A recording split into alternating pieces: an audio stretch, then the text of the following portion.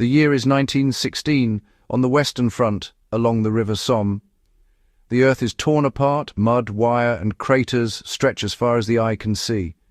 Trees are shattered, the sky choked with smoke, and the constant thunder of artillery. This is a man-made hell where survival is a daily struggle.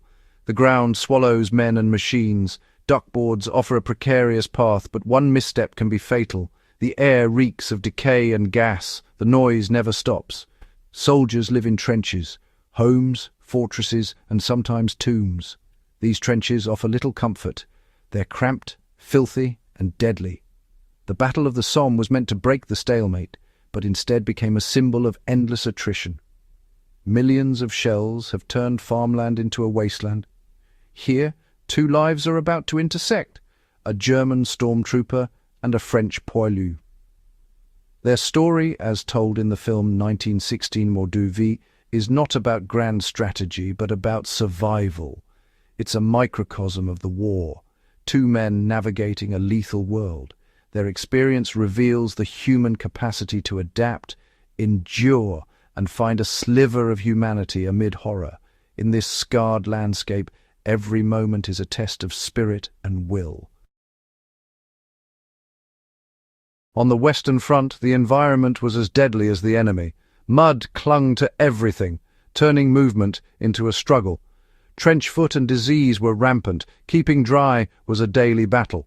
Rats and lice thrived, spreading sickness and misery.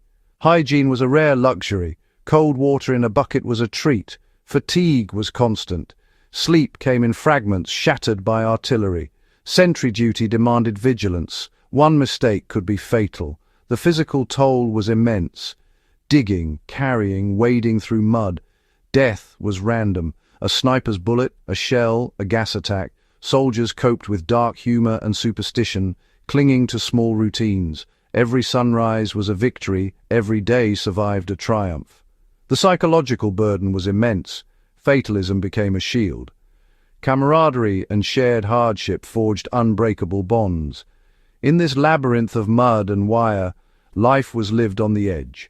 Survival meant adapting to a world where danger was constant. The Western Front tested every limit, physical, mental, and emotional. The German stormtrooper was bred for attack, not defense. His survival depended on speed, aggression, and mastery of the battlefield. He moved in small teams, using every crater and stump for cover. Environmental awareness was his greatest weapon. He read the land like a tracker. Artillery noise masked his approach. Silence warned of danger. He carried light gear, favoring the MP-18 submachine gun and grenades for close combat.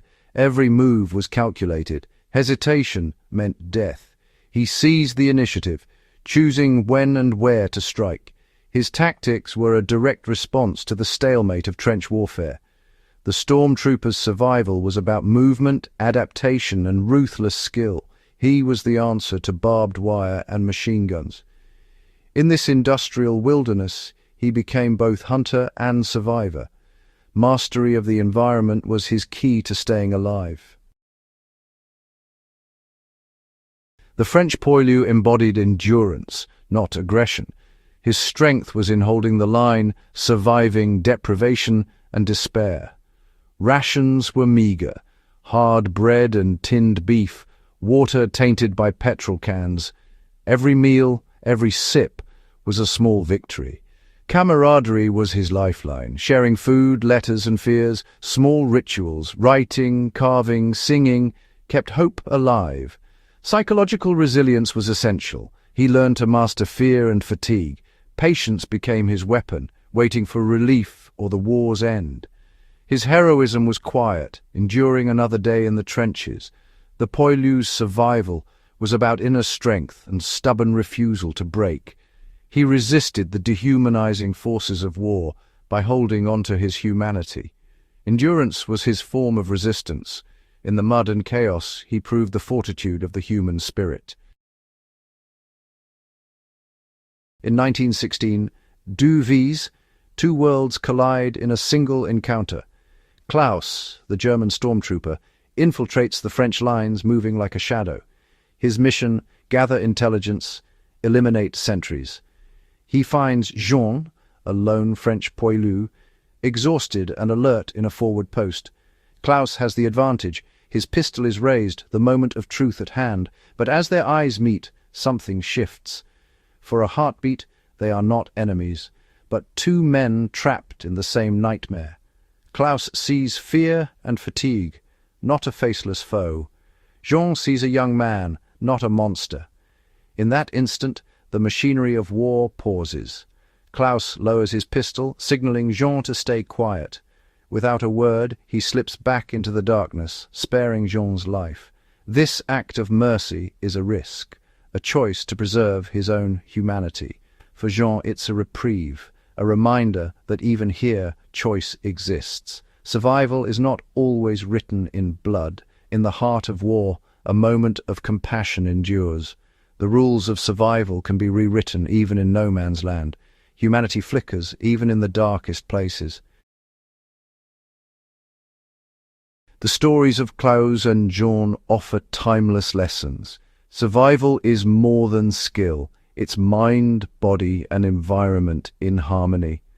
The stormtrooper teaches us to read the land, adapt, and act decisively. The poilu shows the power of resilience, camaraderie, and hope. Endurance is built through routine, support, and refusing to give up. The greatest survival tool is the human spirit, fortified against despair. Their encounter reveals the power of choice under pressure.